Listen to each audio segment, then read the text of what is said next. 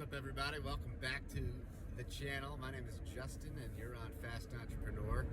Doing a little series just talking about several various different ways potentially to make some money. Doing a little bit review. Some of these things I've tried myself. So today, let's get right into it. I want to talk about the gig economy. Yep, that's right. Talking about things like Uber and Uber Eats, GrubHub, Doordash, Instacart, Roadie, Shipped, you name it. It depends on where you live and what's offered. But I'll give you my experience because I have signed up for a few of these services. At least in my area in upstate New York, around the capital here.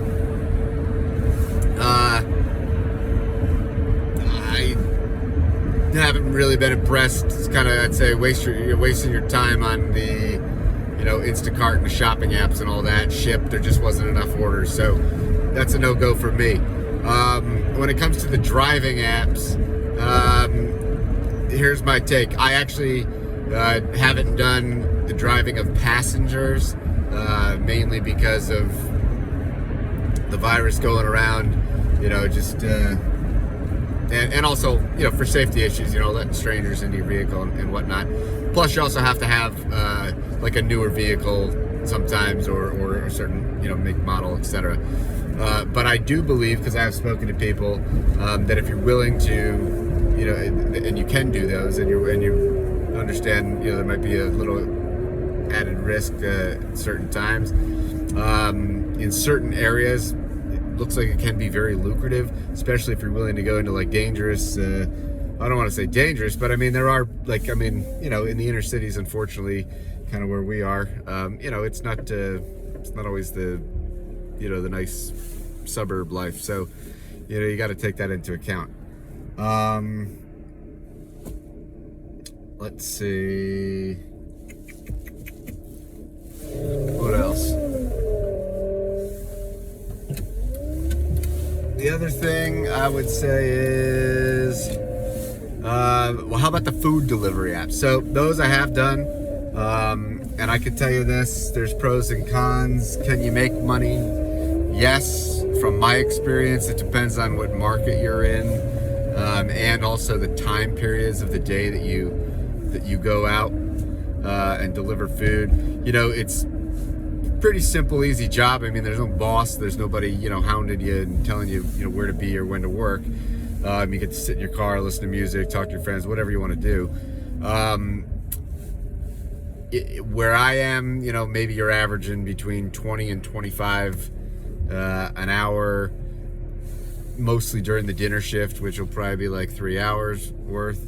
Sometimes you can make a little bit of money for a couple hours at lunch, depending if it's busy or not. But here's the downside. One, you got to pay for gas, so you got to figure maybe $3-4 an hour off that is going to be gas. So if that's the case, if you're making 25 and you're paying say $4 in gas, then I guess your real takeaway is 21 an hour. And I guess the way I look at it is, it's not always about the money, because sometimes you can be doing other things. Like I said, it's not a hard job. So it might be worth it to you depending on what your situation is. The other thing is you're using your own vehicle. A lot of these you don't have to have a specific vehicle or, a necessarily newer vehicle. You just have to, have a valid driver's license, make sure that, all that background check, fits. What else? From my experience, you got to be picky and choosy about the restaurants you go to. You got to be picky and choosy about which orders you take. Don't waste your time on small orders. It's usually a good idea to kind of at least be like for every mile you drive, you want to get at least $2 or something like that back. And just note that all these gig stuff, no matter what you're doing, they're 1099. So unless you're putting money aside for taxes, you're gonna have to pay taxes at the end of the year. You do get write-offs, right, for mileage and stuff like this. So all in all, I would say not a terrible. I mean, I know some people do this full time, But to me, I think maybe doing that much driving and that much full time just seems like a lot. So, but it might be, for you if you want to do it full time. But it might be something good just to do for fun or to supplement or, for, a little bit of extra money here or there, whatever it might be. What else? Between I guess I'll just, the three that are in our area, the Doordash, the GrubHub, the Uber Eat. It seems like Doordash takes almost everybody. So,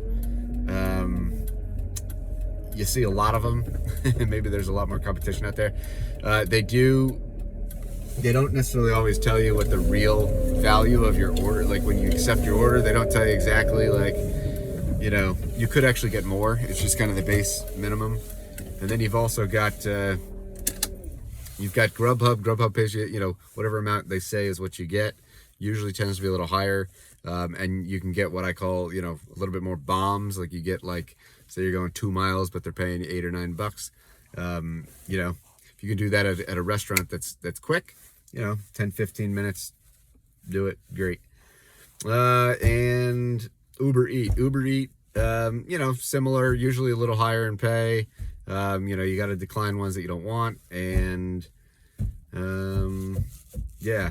And then, if you do end up doing these, you got to make sure that, you don't have to accept, every order. That's not but you do have to kind of keep your, like, if you say you're going to take one, you actually got to go, make it happen a fair amount of time. Otherwise, then they don't like that. What else? What other gig? I'm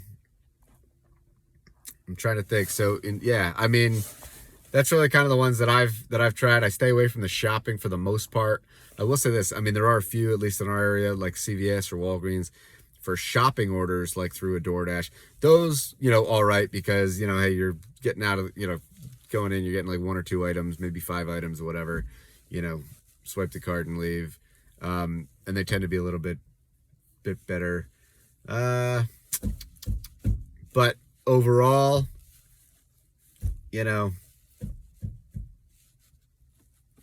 couple, I don't know, some people do this from, 7:30 at night or 7:30 in the morning to, like 10 at night. But yeah, be picky and choosy. But yeah, that's the gig. I think that if you're in different cities, you might have some different opportunities in this. And I think in some places it probably is much more lucrative. Now, in my passings, I talk to other people. There's other companies that actually do like food delivery locally here, which I don't do. It's kind of more like a job. They set you up with a shift. Some of them are saying, that they like it. Then